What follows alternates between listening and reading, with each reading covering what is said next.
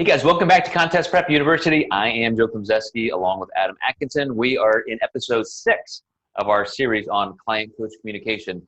And Adam, I want to move over to kind of a technical aspect of communicating change.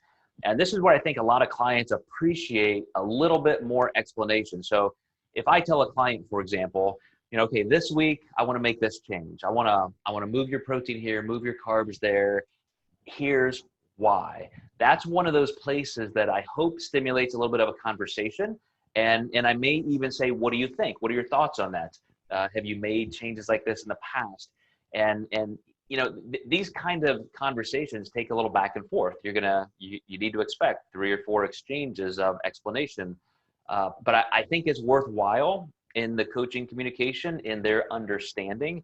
And from a coach's perspective, I think number one, that's just being good at your job. It's respecting that other person and treating them like a human, not just a client.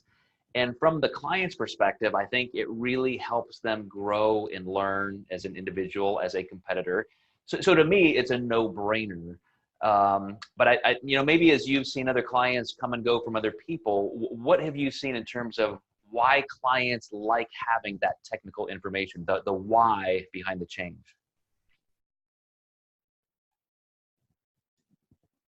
That way, because you hear so many different reasons that things are being done. A lot of them are valid in a sense. Sometimes people just want to try things out of the sake of trying them to see if it works better for them. But when when you really implement something for somebody and you make a prediction and that prediction happens, that feels really good to them. And they're like, I'm really glad that we did X, Y, and Z. And that's how you kind of get continual clients, season after season.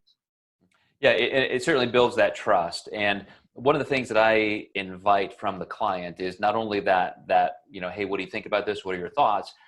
But, to tell me, what do you see looking forward? Do you anticipate anything that would make this change, something to worry about? Or, every once in a while you have clients, whether there are health issues or something else, or maybe, as we talked about before, fears from past coaching relationships that weren't quite on solid footing. But tell me just really briefly your client communication process, just as a reminder. Do you tell clients, I want you to check in this day formally and then buzz off? I don't have time to talk to you. Or is it open-ended? I know you can't talk, you're not going to get on the phone every day for 2 hours with every client, but what can people expect as a normal coaching client communication process? Yeah, I do like some structure with my check-ins. I think everyone likely wants to check in on Monday. It seems like that seems to be like the hot date.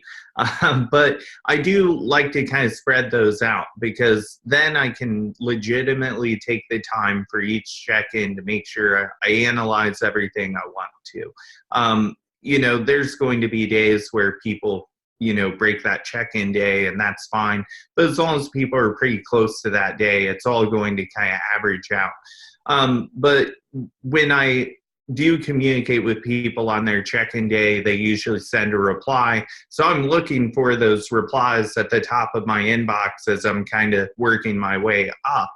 And that usually ends up as a back and forth conversation. So clients know, like, once I hit their check-in, they can respond back to that, and we're going to have some back and forth communication with that. Sometimes we obviously do phone calls when needed.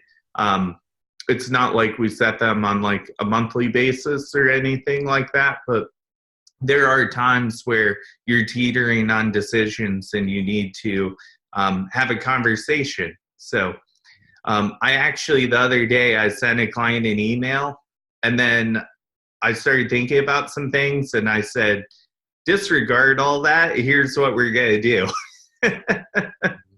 And she laughed about that. And she was like, that meant more to me, that I knew even after you'd sent that, you weren't just done with me. You then said, you know what, let's do this. And we kind of decided on a diet break and actually skipping her refeed for this week.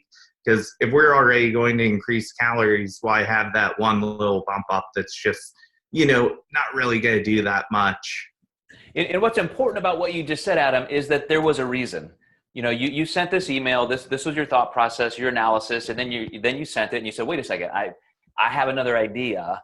And as the client discerned, there was actual reason, thought behind that, and it's not just following some random cookie cutter type thought process. But that's an important thing to communicate back and forth. And as a client, if you don't feel you're getting that, if your coach isn't making things clear, that's when you got to ask, and just be kind. Just say, look, I'm sorry, but I just don't understand that, or can you explain that to me a little bit differently, because I'm just not getting like the reason you want this, and I want to understand. So as long as everybody has a certain baseline humility, I think the conversations really help things accelerate down the road. So any amount of communication you spend on the front end is going to pay off, in so many ways down the road. So you guys, we got one more episode in this series. Stay tuned as we wrap up the whole client coach communication loop.